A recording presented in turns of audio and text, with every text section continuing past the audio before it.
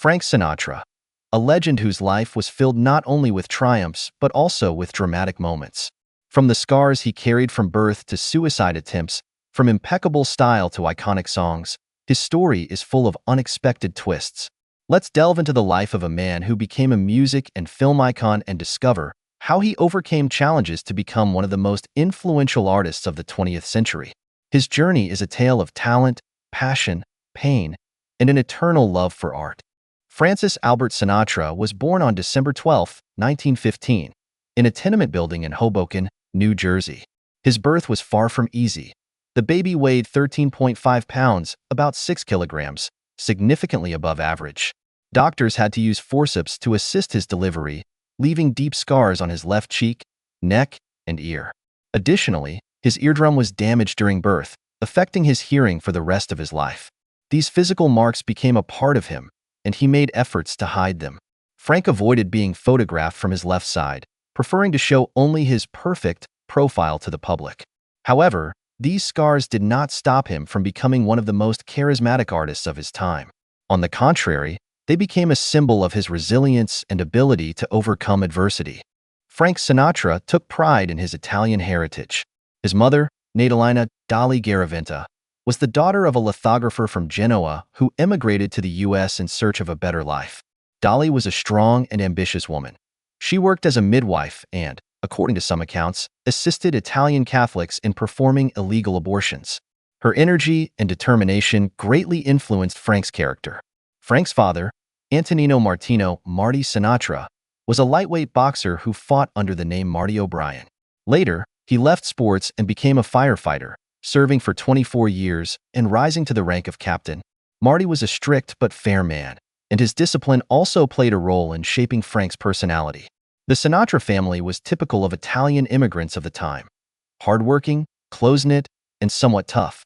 Yet, it was this environment that helped Frank develop perseverance and a drive for success. Even during the Great Depression, when many families struggled to make ends meet, Frank Sinatra stood out for his style. His mother, Dolly, often gave him money to buy expensive clothes.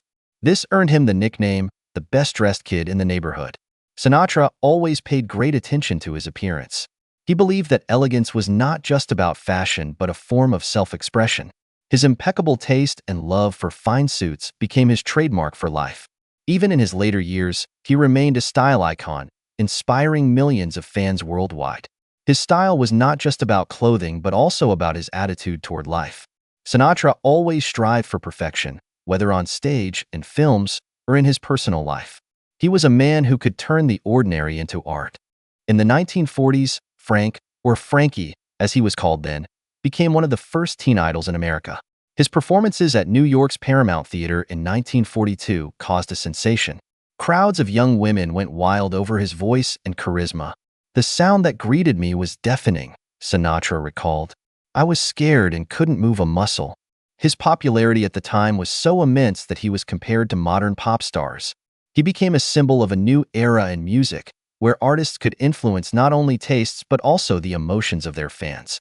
His concerts were not just performances but full-fledged shows, where every song became a story.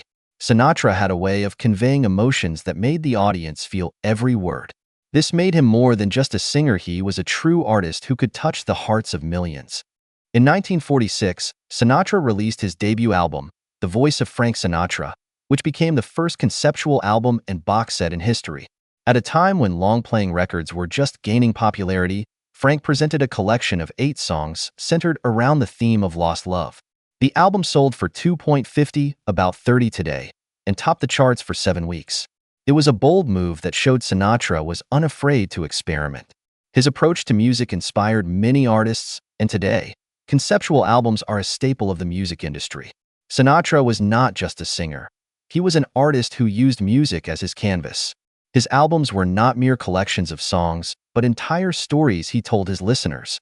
In the early 1950s, Sinatra's popularity plummeted. His personal life was in chaos, and his career seemed ruined. He was so depressed that he even attempted suicide. Once, while walking through Times Square, he saw crowds of girls lining up for a concert by the new singer Eddie Fisher. Feeling unwanted, Frank returned home and tried to take his own life by turning on the gas. Fortunately, His manager found him lying on the floor, crying, just in time. Sinatra made 4 suicide attempts in total, many of which were linked to his tumultuous relationship with actress Ava Gardner.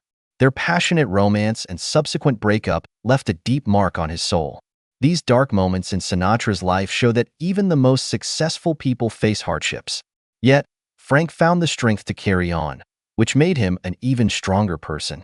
In Hollywood, Sinatra earned the nickname One Take Charlie for his habit of not rehearsing and filming scenes in a single take. Despite this, he became a successful actor, starring in films like From Here to Eternity, 1953, for which he won an Oscar, and The Detective, 1968. Interestingly, The Detective later inspired the creation of the iconic action film Die Hard starring Bruce Willis. However, Sinatra himself declined to star in the sequel, citing his age and lack of interest in the project. His acting career was as brilliant as his music. He could convey emotions on screen just as powerfully as he did on stage. His charisma and talent made him one of the most recognizable actors of his time. Despite the fact that songs like My Way and Strangers in the Night became classics, Sinatra himself was skeptical of them. He called Strangers in the Night the worst song I've ever heard and was indifferent to the lyrics of My Way. Nevertheless, My Way has been covered by over 60 artists, including Elvis Presley, Aretha Franklin, and even Sid Vicious. The song became a symbol of individuality and resilience, though Frank himself considered it overrated. His attitude toward his hits shows that even the most successful artists can be their own harshest critics. Frank Sinatra left behind not only a musical legacy but also a talented daughter. Nancy Sinatra became a famous singer in the 1960s, known for hits like These Boots Are Made for Walkin' and Bang Bang, My Baby Shot Me Down. Her duet with her father, Something Stupid, became one of the most popular tracks of 1967. Family was always an important part of Sinatra's life. Despite his tumultuous relationship with his wife Ava Gardner, he remained a loving father. His children inherited his talent and love for music. Although Sinatra disliked rock and roll, he held the Beatles' song Something, written by George Harrison, in high regard. He called it the greatest love song of the past 50 years. This composition became part of his concert setlist in his later years. His appreciation for this song shows that Sinatra was open to new things, even if they didn't align with his musical preferences. Frank Sinatra is more than just a name. He is a symbol of an era. His life, filled with highs and lows, continues to inspire millions of fans worldwide. He proved that even in the darkest moments, one can find the strength to move forward and leave a mark on history. His music, style, and charisma will remain in the memories of generations as an example of true artistry.